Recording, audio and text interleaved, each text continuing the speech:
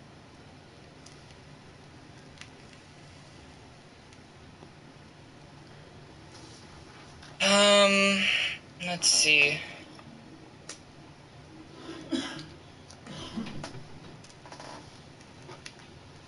I gotta go into the Discord and just, like, grab a random fucking meme.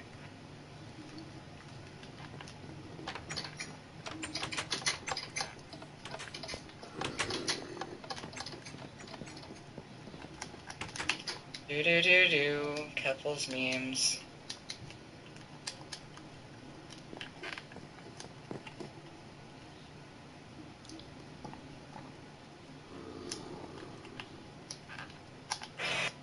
Found it.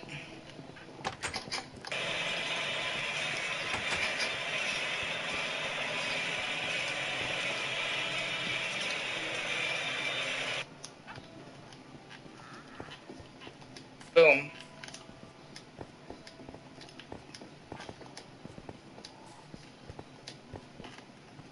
I use this.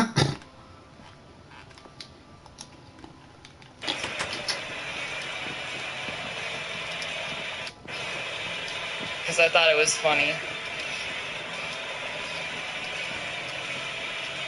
Shameful coward not to bring people to the New Jesse Gender video? Hi. No, you're not supposed to be here. I'm not good at reacting. Hello. Okay, I don't know which tab that was in. Oh, jeez. Okay, which one was it? Shit. There we go. Okay, we're good. I think we are...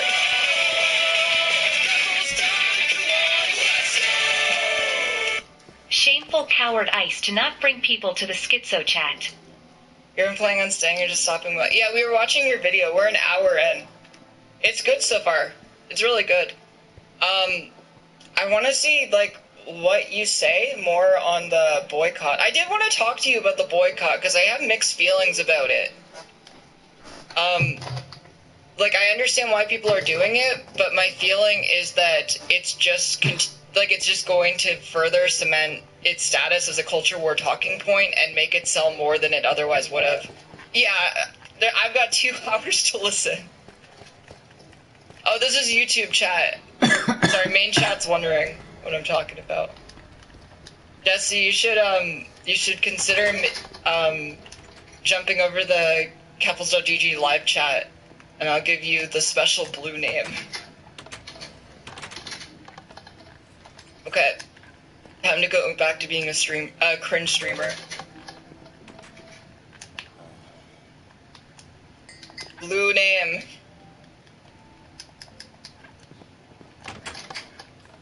The character of Griphook, who is the only goblin who we really get to know within the series, literally abandons Harry Potter at the end of the 7th book because he wants to protect his gold. This problem would get further compounded by the film versions of Harry Potter, with the goblins there being almost dead ringers for anti-Semitic propaganda from World War II era Germany.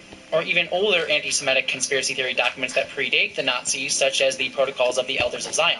More than likely, both the books and the film's anti-Semitic leanings towards the goblins weren't something that were consciously thought of, but showcase a lack of self-analysis on the part of Rowling and other creators about what stereotypes they were drawing from and where they had... Remember when I was looking into this, and there was actually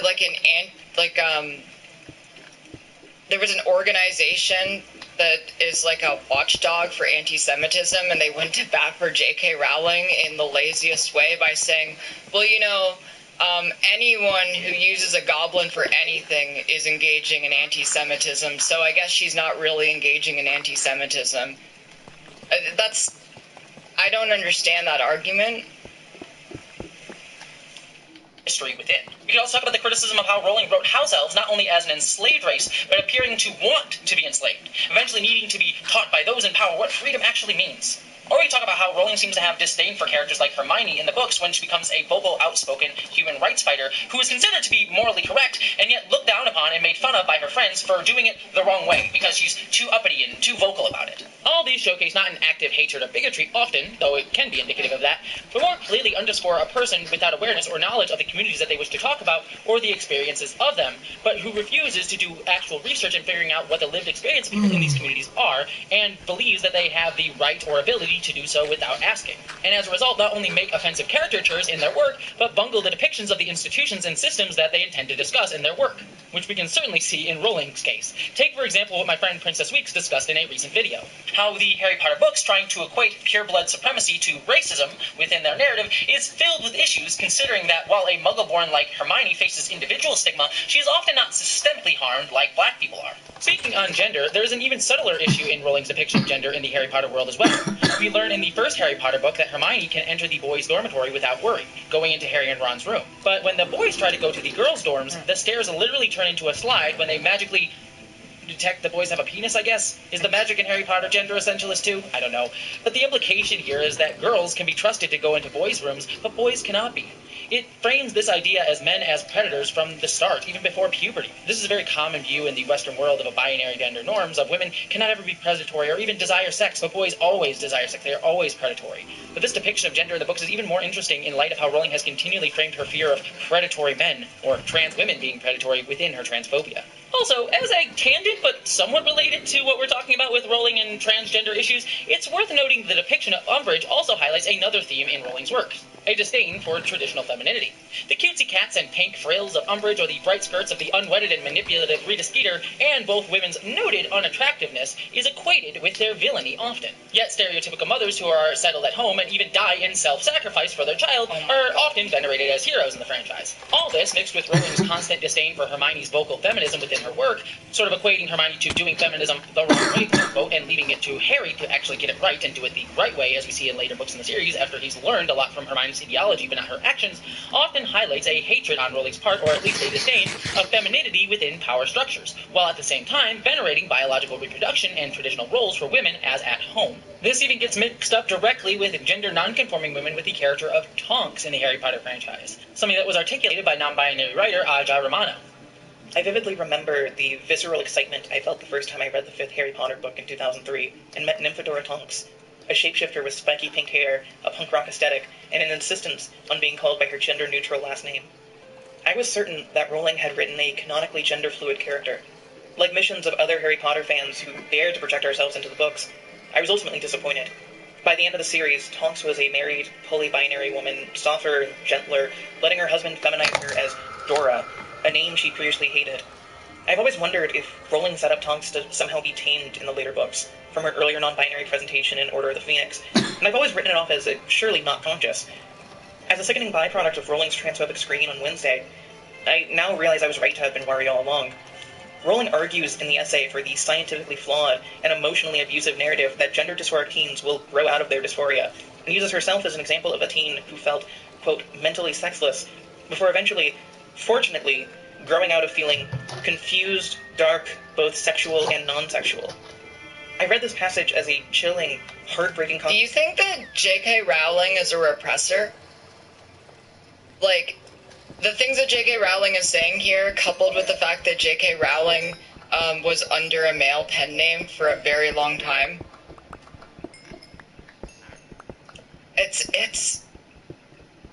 I'm wondering. Confirmation that Rowling wrote Tonks not as an affirmation, even a subconscious one, of trans identity, but as a conscious repudiation of it. She deliberately created Tonks as a dysphoria individual so that the character could grow out of her dysphoria, subtly perpetuating the transphobic narrative that gender dysphoria is a choice. She consciously created the shape-shifting non-binary character who helped me figure out, well into adulthood, that I was genderqueer, and then made her grow into being cisgender.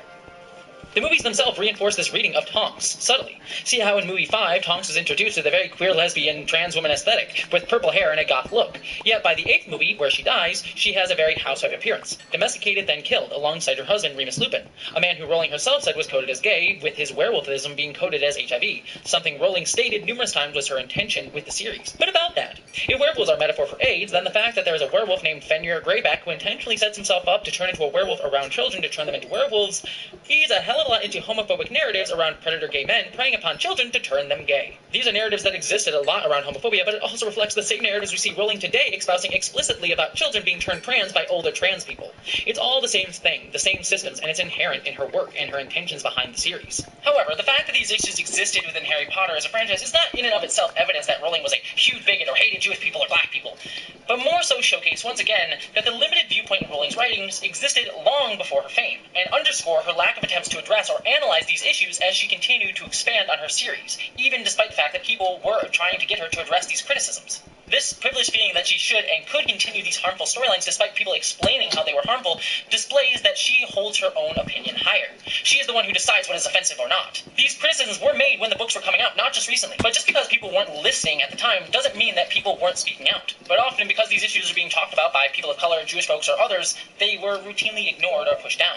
Just like the many trans people like myself who were willing to help Rowling understand her harm today found that she wasn't willing to listen to us, many back then were ready not to hate Rowling for these issues in her writing, but point them out in hopes of her hearing and listening to them in an attempt to make them better as the series went on. This is not to excuse that these issues existed. These were things that could and should have been addressed by an editor or by Rowling herself before the books even went to print. And I'm not here to forgive the anti-Semitic or racist tropes in her art. That's not my place. But to point out the fact that many were willing to help to make the series better as it got more and more popular and work with Rowling as she wrote them. The deeper issue was that she believed she could press on and knew better than those who were from these communities who raised concerns. Rowling believed that she could do it on her own, that she knew how to speak about these communities, rather than actually listening to them. She believed that she could craft a wizarding society that borrowed from and utilized stereotypes from many cultures and remain unaccountable for any of the harmful stereotypes that she used. And we can see this privileged response not just in the books themselves, but in Rowling's response to criticism. When queer people criticized her for claiming Dumbledore was gay after the books were done without actively making him textually queer within the books, and not even doing so within her first Fantastic Beasts movie when she had the chance to, her tweet response was, "Being sent abuse about an interview that didn't involve me, about a screenplay I wrote, but which none of the angry people read, which is part of a 5-movie series that's only one installment in, is obviously tons of fun, but you know what's even... Hi, Winnie, welcome in. More fun. Mute. Rowling even actively doubled down on some of the problematic elements of her books, denying the possible reading of anti-Semitism in the Goblin's depictions or in the Fantastic Beasts movies, making it very clear that the slave-loving house elves were equated to black people in America. Or we can talk about the fact that Rowling used indigenous American cultures for the creation of her American Wizard School in her Fantastic Beasts movies. I gotta... hold on a second. I just realized that I need to clickbait the title. Update titles. Calling out Jessie Gender on her problematic behavior. I'm not actually, we are friends.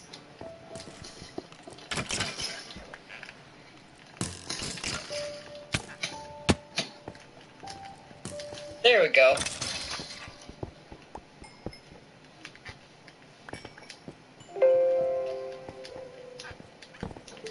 Real analysis of the cultural appropriation that represented, or even that within the work she never acknowledged how this reflected real-world American imperialism against indigenous American cultures through its numerous acts of violence, be it physical, political, cultural, and systemic, against these different cultures. Or we could talk about the fact that she has several different wizarding schools for European nations, and yet only one wizarding school for places like Japan or all of Asia.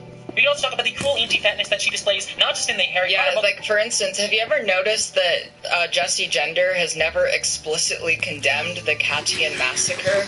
What's up with that? I've literally never heard her say a single word about the Cattian massacre. What exactly is Jessie Gender hiding?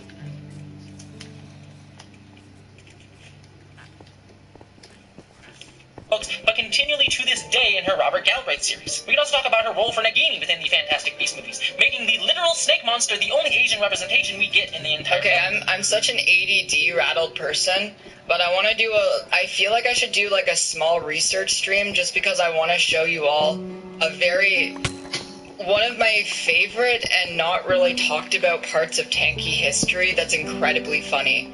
The Sino-Albanian split. Not the Sino-Soviet split. The split between Enver Hoxha's Albania, Bunker Man's Albania, and Mao's China. It's so fucking funny. And the fact that Nagini is an Indonesian woman, then played by a South Korean actress whose destiny is to be beheaded by Neville, that's kind of fucked up. Many of the best authors make mistakes, but many of the best writers seek to grow and improve by listening to criticisms of their works. For example, one of my favorite fantasy authors of all time, Ursula K. Le Guin, accidentally created a patriarchal wizard school in her Earthsea books, an entire world where only boys were taught to become wizards. No, the Earthsea books as feminist literature are a total, complete bust from my own archetypes and from my own cultural upbringing. I couldn't go down and come up with a woman wizard. Maybe I'll learn to eventually, but when I wrote those, I couldn't do it. Decades later, Ursula K. Le Guin realized that this was a problem, especially as she herself was a noted feminist. I had to think, now why have I put men at the center of the books almost entirely? And the women are either marginal or, in some way, essentially dependent on the men. It was important to think about privilege and power and domination in terms of gender, which was something that fantasy had not done. And so, she actually wrote the book in the Earthsea series to address this exact criticism. It's an entire book about what it means for a woman to exist in a patriarchal wizarding world when she herself has wizardly powers. It's a great book and one of my favorites in the series, and it's directly about Ursula K. Le Guin confronting her own problems in her writing, something that Rowling continually refused to do. If women had power, what would men be but women who can't bear children? And what would women be but men who can? Ha! Went Tanar, and presently with some cunning, she said, "Haven't there been queens? Weren't they women of power?" "A queen's only a she-king," said Jed. She snorted. "I mean, men give her power. They let her use their power. But it isn't hers, is it? It isn't because she's a woman that she's powerful, but despite it." "What is a woman's power, then?" she asked. "I don't think we know." "What has a woman power because she's a woman? With her children, I suppose, for a while?" "In her house, maybe." She looked around the kitchen. "But the doors are shut," she said. "The doors are locked. Because you're valuable." "Oh, yes, we're precious. So long as we're powerless." But if you want to move beyond women authors, we could talk about one of my favorite authors of all time, Neil Gaiman. His Sandman comics are easily my favorite comic series of all time, but they are far, far from perfect. While these Sandman comics did feature many LGBTQ characters that were extremely progressive for the 1980s and 1990s when the comics were mostly written, many trans characters in the series ended up dead, and quite often were just segmented bodies in the background of other people's stories, left discarded as a hunk of meat. This is how visually trans people were depicted within the pages of my favorite comic series of all time. Even further, the stories that did focus on trans women characters positively featured us focused only in light of our dysphoria and our trauma around it, and even had the literal gods themselves say that we weren't woman enough. While the story was ultimately sympathetic to trans women, and one trans woman in particular got to say, "Screw you, gods," it still was a far from perfect depiction of trans people, let alone the numerous other problems that you could find within the franchise with its depiction of different groups, and Neil Gaiman's assumption of what he could say or do with different cultures that were not his own without doing the research. However, in his recent streaming adaptation of The Sandman, Neil Gaiman improved these aspects. He directly tried to update The Sandman show to avoid some of these stereotypical depictions of trans people and other marginalized groups that existed within the comics themselves. And we know that this was intentional, as he actively spoke about wanting to do just that. Now I can just look back at the whole thing and go, you know, Baby Neil, who wrote it, had an awful lot to learn, but he did a lot right. And look at him trying all this stuff out and trying to figure out who he is. It's like watching you when you were a teenager, putting on hats and glasses and different styles and changing your hair around, just sort of going, who am I? What do I look like? I definitely know that there are things that if I were doing them now, I would not do them like that. But then I also think you have to be allowed to make mistakes, because if you don't make mistakes, you don't do anything. And it's the fact that he's willing to understand and articulate and even address the criticisms of his writing is why I'm actively excited for the adaptation of a story from the comic books that featured a prominent trans character that fell into some harmful issues surrounding the depiction of that character. I'm excited for that story because I trust Gaiman to have learned by listening to the trans community and update that story for the modern day in a way that is more representative of stories that we need today about trans people and more inclusive of trans people. If Neil Gaiman had done the opposite, had doubled down on his transphobia in recent years, I would not only not be excited about his adaptation of that story, I would look back at that comic book series, one that means so much to me, with sadness, because I can see the flaws in it and understand that those are more indicative of his feelings today, instead of them being blind spots that he would grow as a writer out of. I can look back at the Sandman comics, see all the flaws and the problems with trans people, and be like, you know what, I understand that these are problems, I will criticize them, but I still love Gaiman as an author, and I understand what he was trying to do, and he was willing to listen and to learn. And it's important to note that I'm talking about authors who had a lot of privilege that they failed to grapple with fully, but still learn from. But we could also talk about many wonderful authors who were often inclusive and thoughtful from the start, like the amazing N.K. Jemisin, whose Hugo Award-winning Broken Earth trilogy is not only a great look at institutionalizing systemic discrimination from a black author within a fantasy world, but also is inclusive of numerous cultures and communities, like the trans community, for example. As a young black girl reading a bunch of novels written by a bunch of middle-aged white dudes, there wasn't a whole lot in those stories that was speaking to me. If you you, like me, are a marginalized writer, you're going to encounter some bigotry. There are people out there who need your example, who need you to go forth and fight that battle so they won't have to fight as hard. And it's worth it. You help to change the profession by your existence. It shows clear work on Jensen's part to have listened and learned and talked to those communities before she started writing about us, as well as her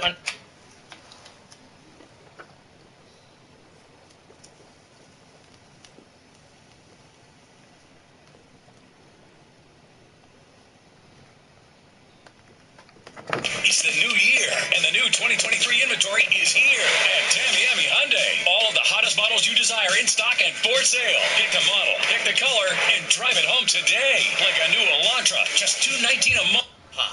Which is really nice. You know, you want it to feel like a modern game, and those graphics were pretty outdated. I've seen playthroughs recently of people playing this game in the last, 5 years, and they're trying to play, the PC version from 2008. It just doesn't look that good. This looks so much better, okay? The fact that Isaac, the main character, is now voice acted, and you get to see his face right from the get-go. He's not a silent protagonist. And admittedly, I'll say this, all the character models have been dramatically improved, except for a couple. It's weird. The one guy, Hammond, who's basically the commander of the ship you're on, looks almost exactly the same as the original game. I don't even think they really did much to his model. But then other characters like, what's her name? Kendra? Well, I forget the woman's name who's supposed to be the computer expert on your team. She's been completely redesigned from the ground up. Her face, her body, her attire, everything has been redesigned. Because I'll be honest with you, back then in 2008, we were basically on the tail end of the whole, I like to call it the Tomb Raider effect. What does that mean? It means that there was a time period in the late 90s throughout, say, the early to late 2000s, where every woman in every game had to look like a supermodel, had to have skin-tight outfits and big boobs. It was ridiculous. It was unrealistic. It was stupid. Okay? But every game had it. You had to fit that archetype to be a female in a video game. I don't know why they did it, besides, trying to appeal to horny teenagers, and hopefully they'll buy my game if I have a girl with big boobs in the game. I don't know why having the computer hacker / programmer lead of your team looked like that in the original game was supposed to sell copies, but it was true. Okay? Now they made her look like a realistic woman. Thank you. Now it feels like a more realistic game. It feels like you're actually watching a horror movie as opposed to some stupid, over-the-top video game. But she's not the only one. There's other characters as well.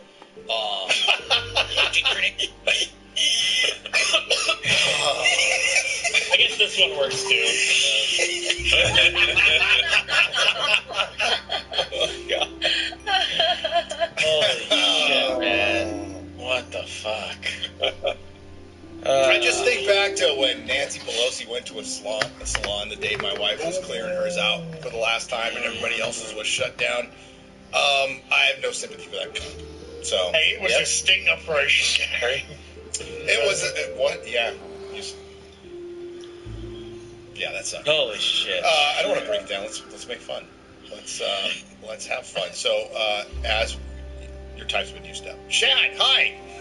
How are you guys? Great to be back, Ryan. I keep jumping between loving your backdrop for how half-assed it is, you don't care, and hating it because it's so half-assed and it looks awesome. It's crooked. Hey, at least he put 4 action figures up there because there was one Batman. Listen, before the show. The background isn't crooked. It's all leveled out. My camera is. Yes. My camera is sitting on a random piece of styrofoam. There you go. I can confirm that. Yes. I just love how you think I'll put a hat here and a thing there. That'll improve it. I'll add another couple things every day or so. Eventually, we'll have it where we want it. I've got a Top Gun poster I might put up. You'll get there. You'll get there eventually. But guys, great to be back. Can't wait. We're here with the drinker. Awesome. Let's have some fun. Let's do it. Woo! Let's do it. Ryan. Right. Kendall, my meta PC brother. What's up? That's right. That's right. Oh, not much. We've actually been talking to the Meta guys as well. Gary's got a beautiful new machine that Meta PC posted today, which is fucking awesome. We have some G&G exclusives actually getting worked on right now too, which we're going to have here in the house very, very soon. So that's exciting. And yeah, I'm enjoying more meltdowns over the Oscars. No one's actually going to watch the Oscars this year, but it's just funny how the women are just complaining that they don't get nominated for Best Director despite winning the past 2 years.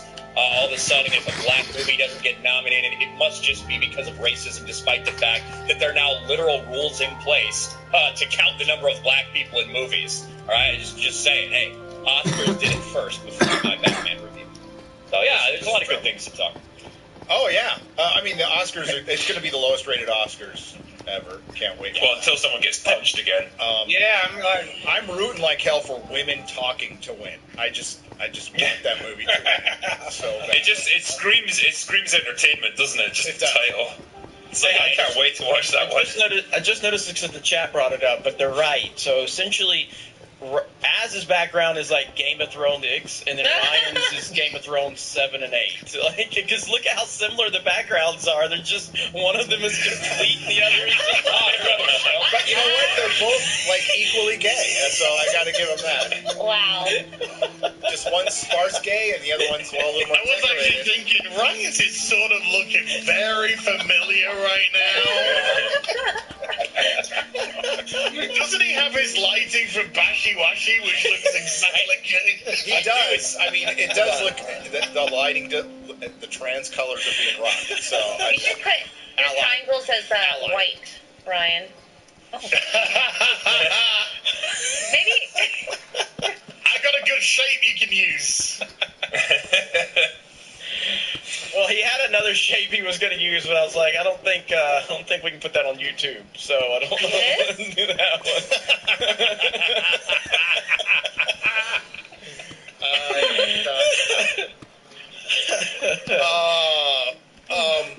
Excellent girl. Hello. I'm excited for this week. What? Oh my god! Such an improvement, Ryan. Nailed it, Ryan. Nailed it. There we go. It's better now. Oh, Star Wars. Oh shit! Hold on.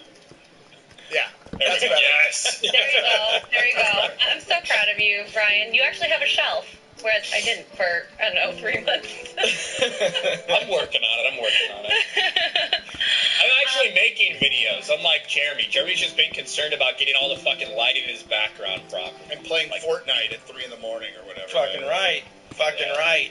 Well, as we've learned, people with hotel backgrounds, not so nice backgrounds, tend to have like million hit videos. So you should keep it like that, Ryan. Yeah, try it. Yeah, dude, I should make a video. If you want to get 1 million views on YouTube, get a hotel room in San Marcos, California.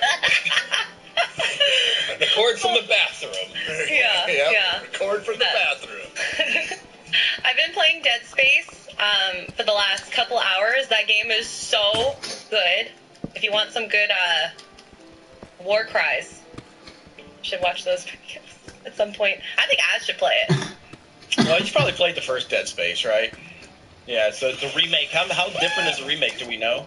I have no idea because I didn't play the original. Oh, the original's so fucking good.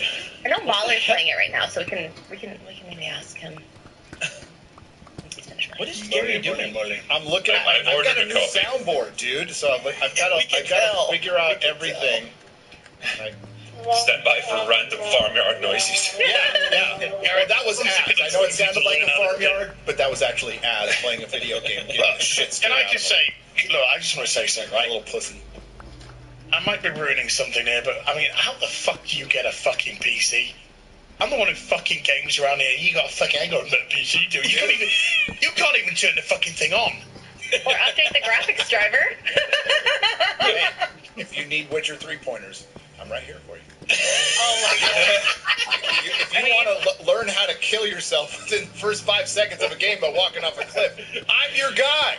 You want to accidentally call your horse and sit on it backwards, I'm your guy. Wait, you sat on your horse backwards? No, I didn't. I was going to say, I didn't think you could do that.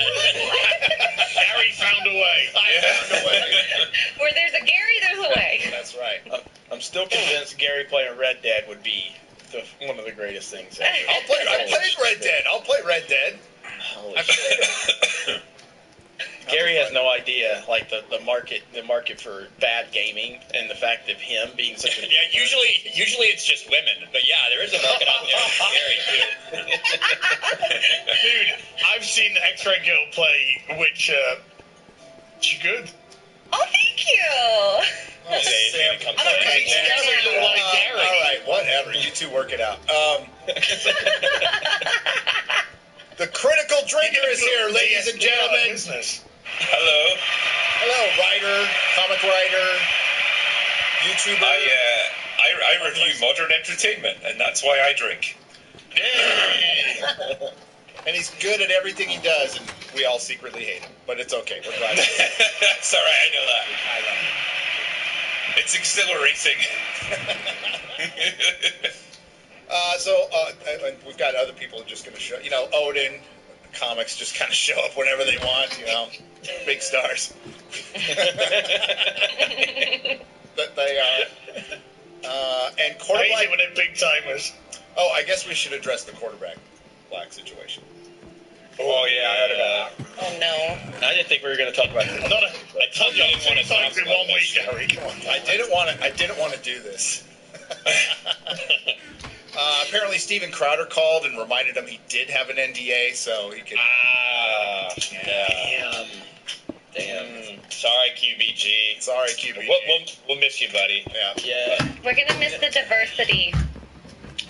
Maybe you get poached by Daily Wire this time. Yeah. Maybe.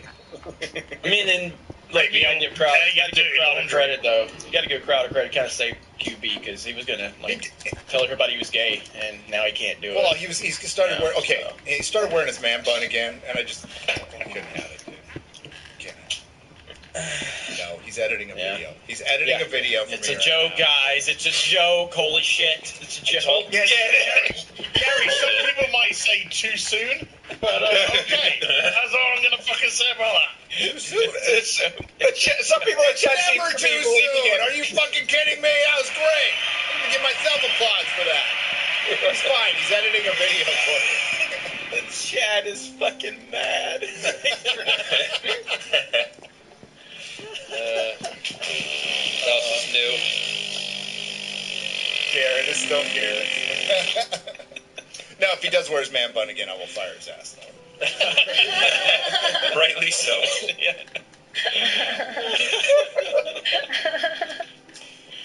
So, I'm going to have to do all this crap on my own. So, first, I want to take a look at your Batman. Can you pull that back up again, X-Ray Girl?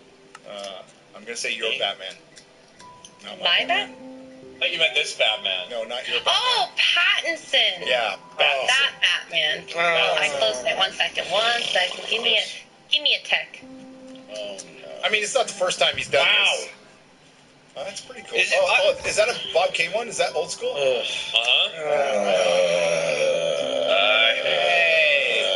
That's a powerful look right there, Rob. He's looking like Ezra Miller. That's the last person you want to try and emulate. What is the point? Batman. What is he? What is this? Some kind of? Is he trying to spread some kind of message about? I kind of like the coat. Look at that coat. Oh my god! I'm just kidding. Maybe he wanted easier. I mean, maybe the coat's made It's out a kilt. It's just expressing his manliness. Is that right, Drinker? If it had a tartan on it, it would be a kilt. That's a fucking dress. It is a dress. It's not a dress, it's a skirt. Sorry, it's a skirt, yeah. I like his pantyhose. He has stock pantyhose and then socks and these big huge boots. And two the boots are like galoshes. Wellington boots. They're so big. He has no calves. The boots are like galoshes, except you just slip on. Okay, I don't like the Batman anymore. No. He's just doing it to trigger the people in the normative gender views and sort of. God. No, don't you understand? He's redefining masculinity into femininity, I guess. Trying to be a better female. Oh my god. Brad Pitt did it as well just a few weeks ago. I'd like to take this time to point out. Yeah. I'd like to take this time to point out that Gary's reaction to the Batman trailer got ratioed, and I think we all know Gary was right at this point. So there you go. I like the movie. though. Brad I Pitt would did just- do it.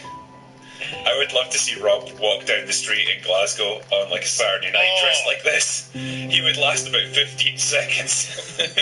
Well, he'd be the prettiest woman in Glasgow. That is very true.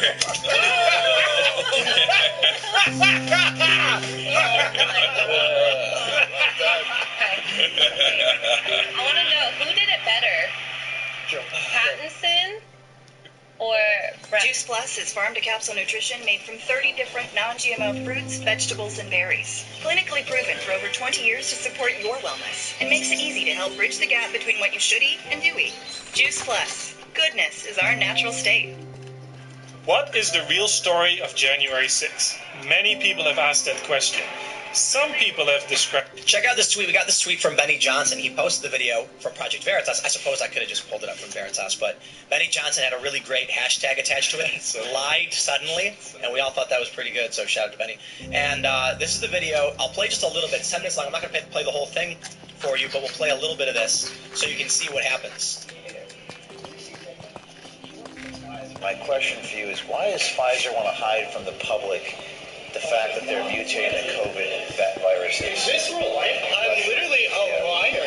I was trying to impress a person on a date. We're trying lying. This is absurd. Don't touch me. Well, this is not. By the way, don't tell anybody. I was just working in a company to literally help the public. You really did. Can you please unlock your door? No, don't let them leave. Please unlock. Don't let them leave. Please unlock the door. Then look, he attacks James. Look at this. Please unlock. Please unlock the door. This is crazy. Please unlock the door. He says you can't just record people like that. Yeah, actually, you can. We're trying to unlock the door. Unlock the door. This is the best video in ages. Yeah, this video was crazy. That was the highlight reel. And we talked about it a little bit yesterday. So for those that don't know the context, James O'Keefe's Project Veritas was undercover filming a guy who's listed as a Pfizer director of strategic research or something like that. And he's saying that they're exploring mutating COVID to sort of preempt it so they can make more vaccines, make more money off the vaccines. He says, don't tell anybody. They even have a clip in this where he's like, you're not recording me, are you? Why do you keep talking about this? Don't be recording me or whatever. So that's the context here. Now, I think James has been particularly forthcoming in breaking down what the story is. You'll notice the first thing that James shows in it is the guy saying, I am a liar. I was trying to impress someone on a date. Not true. He says, I'm not a doctor. He says, I'm just a consultant. Veritas put that right in the first 15 seconds. They want you to understand that. Of course, what you're going to hear from the fact checkers, and I'll pull this up, is they're trying to make it seem like Veritas came out and asserted that Pfizer was doing this. No. What Veritas came out and said was, hey, we got this guy on camera who is listed as a director at Pfizer saying they're looking into doing this. Can we get some answers as to why he's talking about that? Hey, maybe he is just trying to impress some guy on a date. I wouldn't be surprised. I talked about it the other day. I think that happens. People are, hey, let me tell you about the corporate malfeasance I'm involved in. Yeah. For some reason, they think it'll attract a mate. The thirst, that's why. It's the thirst. But man, we got a bunch of crazy news. But when I actually saw the video of the dude physically attacking the Veritas crew, and then take a look at this. At the end, James leaves. Let me play the last minute. Check this out. Come on, guys. Where's the car? Where's the vehicle? Come on. So he's leaving. But I also want to point out, they locked the Veritas crew in the restaurant. This is the weird thing. James walks in all calmly, walks up to this guy, and he's like, can you answer why you said these things? The dude goes to the store owner. The store owner takes his side immediately. And James is like, this calm dude wearing a suit, being like, I'm just a journalist asking questions. Here's where it gets crazy. She says, you need to leave. And he goes, okay, we're leaving. Then this guy, Walker, says, no, don't let them leave. Don't leave. And James is like, ma'am, he doesn't want us to leave. Should we? Is it okay if we stay and ask him a few questions? Then the lady apparently, or someone at the restaurant, goes and locks them in. And James is like, can you please unlock the door and let me leave? It's the craziest story. And then, so here's where we're at. Now James is leaving. Check this out. Witnessed one of the most remarkable interactions ever. Do we have the iPad? So we're getting into the vehicle now. Where's our car? So it says Walker desperately tried to stop a car he believed was crewed by Veritas. And that car is like, what is going on? But by this point, James and production had already left the restaurant. Stand right there, Joe. Yo, that's so crazy. He's charging the guy, charging. I can't make an arrest at this point. I don't have the victim right here. Okay. If he was here, you'd arrest that guy? If he was here. Oh, then... If James O'Keefe was still there, they would have arrested Walker. Here's what I got to say about this, what we should talk about. The ending there, I think, is the most revealing. That he tried to stop a random car, jumping up and down in the street. What must be going through this guy's mind that he would have such... what's the unhinged reaction? Like, yo, dude, lost it. I'm kind of wondering.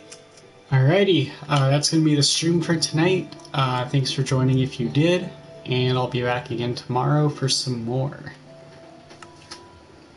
You know, he's saying, like, I'm lying, I swear I'm lying, and I'm wondering if he spilled the beans in a situation where you spill the beans like this, you could sink a multi-billion-dollar company. You're going to cause a lot of problems. His reaction's only making it worse. Yeah, absolutely. And, like, what's in his contract that they can bring against him now? What penalty? Oh, bro. Either, I can't imagine. NDA violation, easy. I imagine that being in that situation could end his career. I mean, who's going to want to hire the guy after that? I mean, to be honest, if his reaction to James O'Keefe was like, look, man, they're really doing it, and I don't know what I'm supposed to do, and it freaks me out. That's why I was talking about it. He got a job with James O'Keefe. He got a job with James O'Keefe. He could have been